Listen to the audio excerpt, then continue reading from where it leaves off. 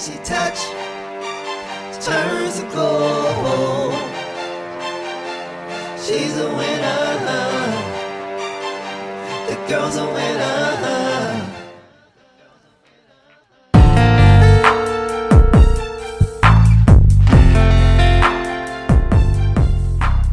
Hey Leo, I'm a liar. Yeah, I'm feeling this Leo stuff today, being extra, extra. Okay, Leo, just for you guys. Leo, sun, moon, and ascendant. Today I'm here with your monthly astrology forecast, right? And it's just general. No, this is not a sun sign reading. No, I'm not going into the depth of your life and the details, but I'm giving you a general scope that you can use. And I am a big fan of monthly horoscopes, and I use my ascendant, okay? And I learned so much. It gets me prepared, when I'm not casting my own charts.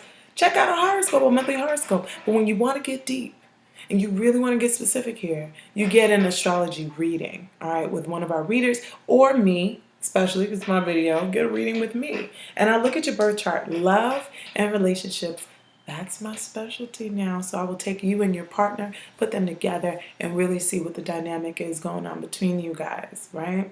So my name's AstroDe. I'm a painter. I am a musician. I am an actress. And I'm an astrologer, right? Astrology is probably my base of life.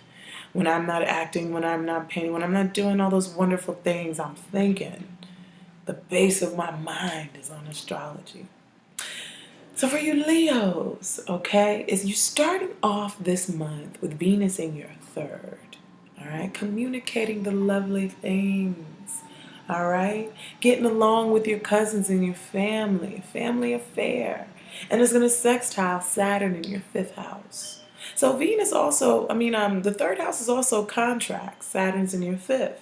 Saturn is about taking things a little bit more seriously now concerning fifth house concerns. All right, there's a little bit more restriction concerning that area in the fifth house. You might have to, lighten up a little bit on these things, but with the third house dynamic, there's an understanding.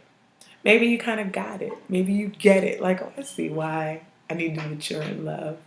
I get it. I get this Saturn in my fifth house thing. And that's the thing is, you're going to go with the Saturn in fifth house. I know Saturn in fifth house is really tough, especially with having a good time. A lot of people hit me up with Saturn in the fifth, can't get a date, don't know what's going on, don't know. But it moves. It will move, and it's just getting you grounded. Gets stable, right? Where else? Okay, so now, Sun is going to try Neptune from the 4th to the 8th. Ancestors might be speaking to you, okay? Look to the past, look to the depths of this world, because there can be harmony and beauty there. There can be harmony and beauty in, resurrecting old things that weren't taken care of, that can now be healed in a really beautiful and compassionate way. The key to this aspect is compassion, deal in compassion. So that's November the 3rd. I highly recommend that in your dreams. Have a dream, take a nap that day. You probably might have a really nice dream, Leo. So I could see harmony and teamwork with the family, and possibly you guys pooling your resources together, and it just being so beautiful. So now the second week we get to in November. Now we start to get deeper in this November month. All right, and you got a full moon in Taurus. Taurus is going to be falling at 11 degrees. Okay, and that falls in your 10th house. Full moon in your 10th house. That raise you guys have been pushing for, Leo. All right, that SAG contract for the dramatic Leos that want to be in the spotlight. That record deal. Whatever was taking you to the next level, promoting you, could finally come to fruition, or you can see that it wasn't for you. Because sometimes we might go for big things, and then all of a sudden we don't get them, but then we see in the back, we would have had to get on the casting couch, if you know what I'm saying. And it's like, nah, I wasn't going to sell my soul to do this anyway, so I'm glad it did pass me by. Maybe I didn't want it that much. So 10th house matters are coming to fruition. 10th house matters are bubbling below. We're bubbling below the surface get dealt with now. Good and bad. Good and bad. What you've been doing in work. Have you been developing your reputation properly for the work that you do? All right, because it will get exposed.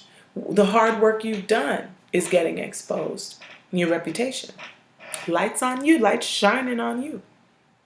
All right, making choices, new choices of how you want to present yourself. Maybe you've been presenting yourself in a new way, and the reflection of that is going to be shown back to you. How you've been presenting yourself. Closing in on promotion, all that good stuff. Venus then moves from your third house in Libra to Scorpio. Scorpio rules your fourth house. These are mysterious. Scorpio is the house of the mysterious, the unknown, the lower energy, psychological energies that we tend to have within us, So with Venus going there in your fourth, family relations that were deep and under the surface could get a nice healing. Secrets in the home could be kind of joked at or be eased out. Beauty coming to your home area. Right? Venus going into your fourth. So that Venus in your fourth house also conjuncts Jupiter that's in your fourth. So a lot of Leo's been moving.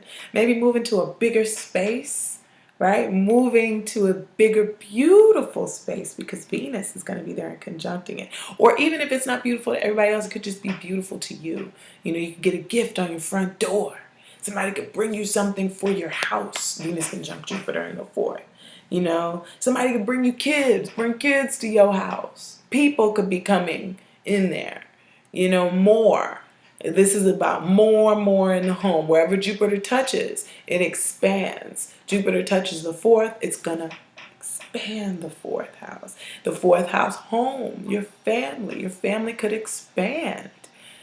Somebody could have a baby in the family and just make it bigger. Those are beautiful things. Okay.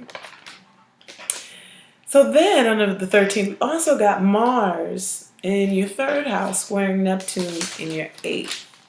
All right? Be careful that other people's junk doesn't mess with you. Mars in the third, we're combative, we're argumentative, we want to kind of start-ish. Not all the time, you're just fired up. You're speaking for whatever you feel. Good or bad, you're going to say it. Say something's up with Mars in the third house. So the courage in the words that comes out, right? So make sure maybe somebody else's junk doesn't get on you and confuse you and you get into an argument. What do you need that for? Or, be careful that, somebody doesn't take your things because of something you say or something gets stolen because of something that you oversaid. Mars in the third house likes to talk too, or piss people off, right? And they use their resources to swindle you. Mars square Neptune. So be careful you're clear on what you say to others and that you tone yourself down verbally during the 13th. See clearly, cross your T's, dot your I's, right?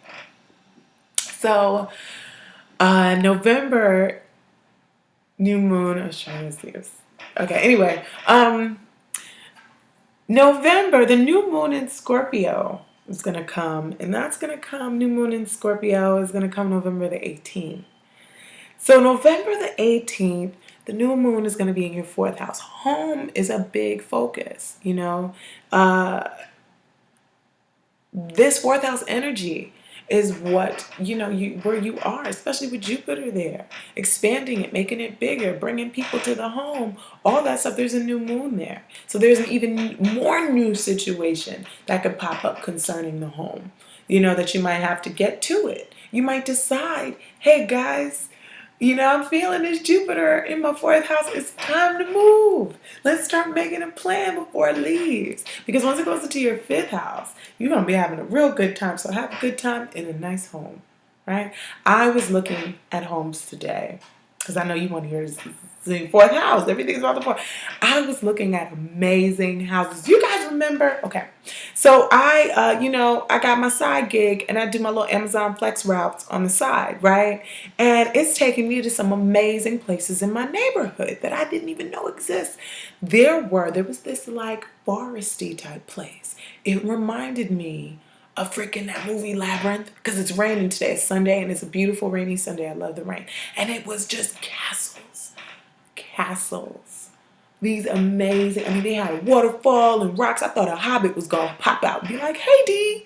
You know what I mean? It was so cool. I love beautiful homes, and I love big, beautiful homes. So I wish you guys, you Leos that want a big, beautiful home, the best, all right, with that Jupiter in the fourth. All right, Neptune, finally to wrap up this week, Neptune is going to go direct, all right? Oh, yeah, sorry. Mercury went into Sagittarius. Mercury went into Sagittarius. It's going to go into Sagittarius, November the 5th. So early November, you're going to be feeling that Mercury in Sagittarius, right? What does Sagittarius rule for you, Leo? Let me get my notes. 1, 2, 3, 4, 5 signs. Man, so romance is going to be really on the mind. Let me tell you, 1, 2, 3, 4, 5. Get your party on. Get your party on, Leo. Or at least think about it. Plan it. Plan how you're going to spend when all these planets, go into your 5th house, because everything's in your 4th, so everything's going to go to the 5th. I like it when planets are in my 4th, because the 4th house is a nice house for things to be, right?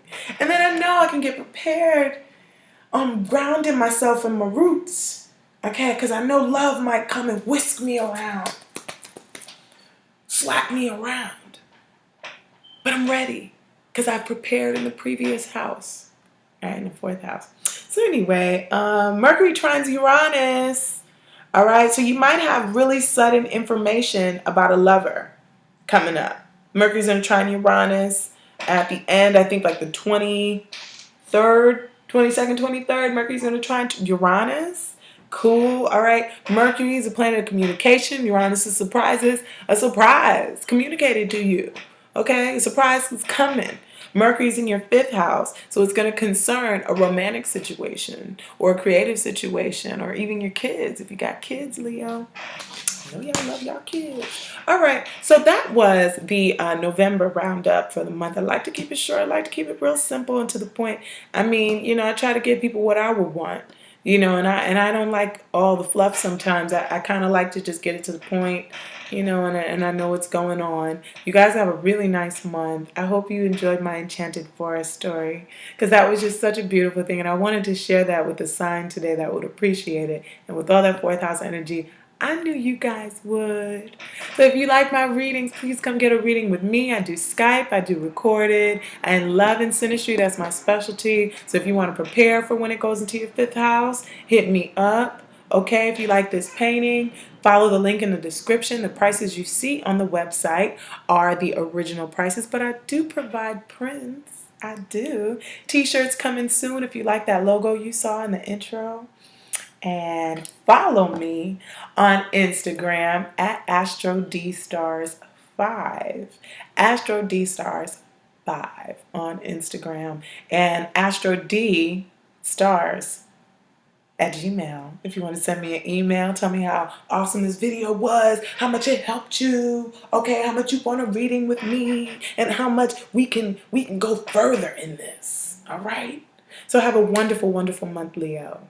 And thank you for joining me.